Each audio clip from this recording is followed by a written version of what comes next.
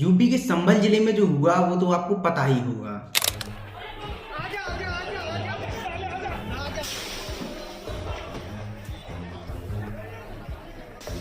संभल जिले की शाही जामा मस्जिद का सर्वे करने आई टीम और उनके साथी पुलिस वालों के साथ पथराव हुआ। ये झड़प पुलिस और वहां के रहने वाले लोगों के बीच हुआ। शाही जामा मस्जिद में जो ये सर्वे था, ये पहला सर्वे नहीं था, ये दूसरा सर्वे था। पहला सर्वे शांतिपूर्ण तरीके से हुआ, टीम आई, मस्जिद के अंदर गई और सेफली बाहर भी आ गई। लेकिन दूसरे सर्वे में दंगा हो गया। दंगा इतना बढ़ गया कि कुछ लोगों की मौत हो गई और बहुत से लोगों की गिरफ्तारी। इस सर्वे का कारण क्या था? बताया जा रहा है कि ये जो शाही जामा मस्जिद है ये 1526 में बनी थी और इससे पहले यहाँ मंदिर हुआ करता था। चलो ठीक है, वहाँ मंदिर था या नहीं था ये तो बात की बात है, कोर्ट देख लेगी।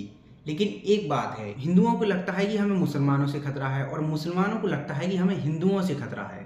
लेकिन अभी मैं एक साइड की बात करता हूँ कि योगी जी, मोदी जी कहते हैं कि हिंदुओं को खतरा है मुसलमानों से, और लोग भी ऑलमोस्ट मान ही चुके हैं कि हमें मुसलमानों से खतरा है। उनके मन में डर बैठ चुका है।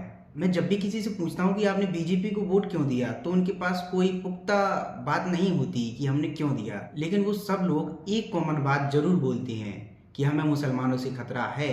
अगर हमने बीजेपी को वोट नहीं दिया तो मुसलमान बढ़ जाएंगे और हिंदू खतरे में आ जाएंगे। सच में लोगों को डर लगता है कि अगर हमने भाजपा को वोट नहीं दिया, भाजपा हार गई, तो मुसलमान हमें ख़त्म कर देंगे। मुझे इसके अलावा कोई रीज़न समझ में नहीं आता कि हम लोग, हिंदू लोग, भाजपा को वोट क्यों देते हैं। भाजपा ने हमारे मन में बिठा दिया है कि हमारी सरकार गई और कांग्रेस या फिर कोई दूसरी सरकार आई तो हिंदू धर्म नहीं बचेगा। और उनकी ये टेक्निक बिल्कुल कारगर साबित हुई है। लोग सिर्फ इसीलिए वोट देते हैं क्योंकि उन्हें खतरा महसूस होता है, पर ऐसा बिल्कुल भी नहीं है। अगर आपको भी ऐसा लगता है तो मैं आपसे कुछ सवाल पूछता हूँ। इन सवालों के जवाब आपको किसी को नहीं देने हैं, सिर्फ अपने आप को देने हैं। चलो एक सेकंड को मान लिया कि हिंदू धर्म खतरे में है, हमने भाजपा को वोट दे दिया, भाजपा जीत गई। एक बार नहीं, दो बार नहीं, तीन बार।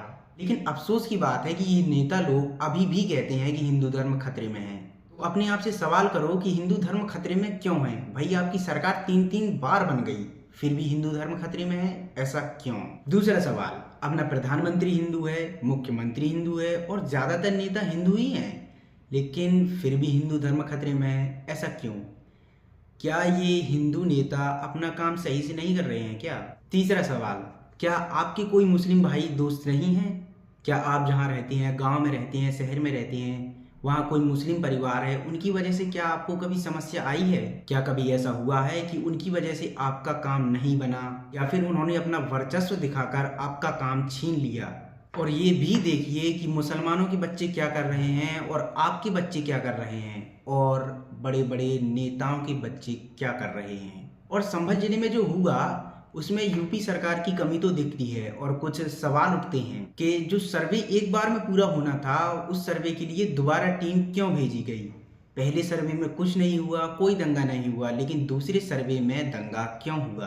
और फिर योगी जी की तो बात ही क्या करें, खुद को हिंदू कट्टरपंथी बताते हैं, कहते हैं राज्य कंट्रोल में है, यूपी कंट्रोल में है, बुलडोजर चल रही है, दंगाइयों को सजा मिल रही है, गुंडे पनप नहीं पा रहे हैं और बेटियां सुरक्षित हैं, अच्छा स्वास्थ्य मिल रहा है और अच्छी शिक्षा भी मिल रही है।